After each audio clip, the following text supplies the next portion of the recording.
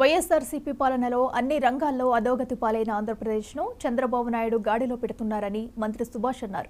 ముమ్మడివరం నియోజకవర్గ జనసేన పార్టీ ఆధ్వర్యంలో తనతో పాటు స్థానిక ఎంపీ ఎమ్మెల్యేలను సందర్శించారు. ఆయన మాట్లాడుతూ వైఎస్ఆర్సీపీ అరాచక పాలనను అంతమొందించడానికి పవన్ కళ్యాణ్ తీసుకున్న పొత్తు నిర్ణయానికి వ్యతిరేకంగా కొంతమంది నాయకులు బయటకు వెళ్లినా జనసేన పార్టీ కేడర్ చెక్కు చెదరకుండా ఎన్నికల్లో కసితో పనిచేశారన్నారు. టీడీపీ, జనసేన, బీజేపీ పార్టీల నాయకులు, కార్యకర్తల మనోభావాలకు అనుగుణంగా పనిచేస్తామన్నారు. ఈ ప్రాంత అభివృద్ధికి పాటుపడతానని మంత్రి భరోసా కల్పించారు.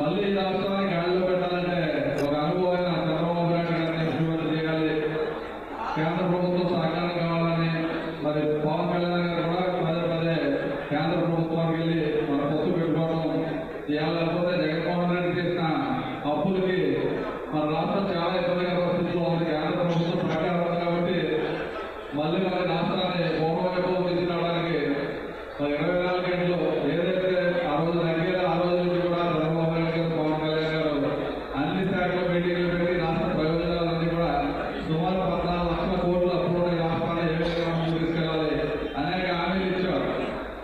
మన ఇచ్చిన హామీ ప్రకారం ఆ రోజు వైఎస్ఆర్ పార్టీ చాలా దుర్మార్గంగా ఆలోచన చేసింది వ్యాక్సిన్ ఇవ్వాలని చెప్పి. దాని ఏదైతే సచివాలయ ఉద్యోగులు వ్యాక్సిన్ ఇస్తారని హామీ ఇచ్చాం. ఏప్రిల్, మే, జూన్ నెలలో కూడా 1000 రూపాయలతో పాటు కొత్తగా ఇచ్చి 4000, 7000 రూపాయలు వ్యాక్సిన్ ఇస్తామని చెప్పి మరి ఉదయం 5 గంటలకు స్టార్ట్ చేసి 10 గంటలకే 70% వ్యాక్సిన్ ఇచ్చిన ఘనత ఈ ఎన్డీఏ ప్రభుత్వం మంది ఇప్పుడు గట్టిగా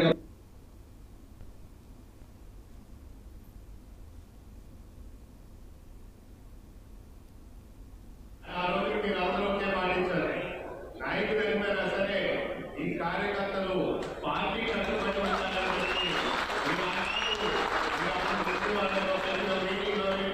చూపించారు. అలాగే ఓటింగ్ లోని కూడా నిన్న కౌంటింగ్ లో తెలిసింది ఏ విధంగా ఏ ఒక్క ఓటు కూడా చెక్కు చెదరకుండా మీరు కూటమి అభ్యర్థికి మీరు వేసి మీరు గెలిపించినందుకు ఇక్కడ విచ్చేసిన నాయకులు, కార్యకర్తలకు అందరికీ కూడా పదాభివందనాలు తెలియజేస్తున్నారు. ఈ ప్రాంతాల గురించి మాట్లాడుతూ ఆయన పొలాల కలయిక జరగాలి, ఎప్పటి నుంచో సమస్య ఇద్దరు వ్యక్తుల మధ్య గొడవల్ని, పొలాల మధ్య గొడవల్ని చూపిస్తా ఉన్నారు. ఈ 2 పొలాలు కలవాలి అని చెప్పినప్పుడు వెంటనే నా స్నేహితుడు బలవరాజు గారికి కూడా ఆ విషయం వివరించడం, హరీష్ గారికి కూడా ఆయన వివరించడం, తర్వాత 2 సంవత్సరాల తర్వాత ఈ మధ్య అనుకోకుండా మళ్ళీ నేను, హరీష్ గారు, బలవరాజు గారు పవన్ కళ్యాణ్ గారు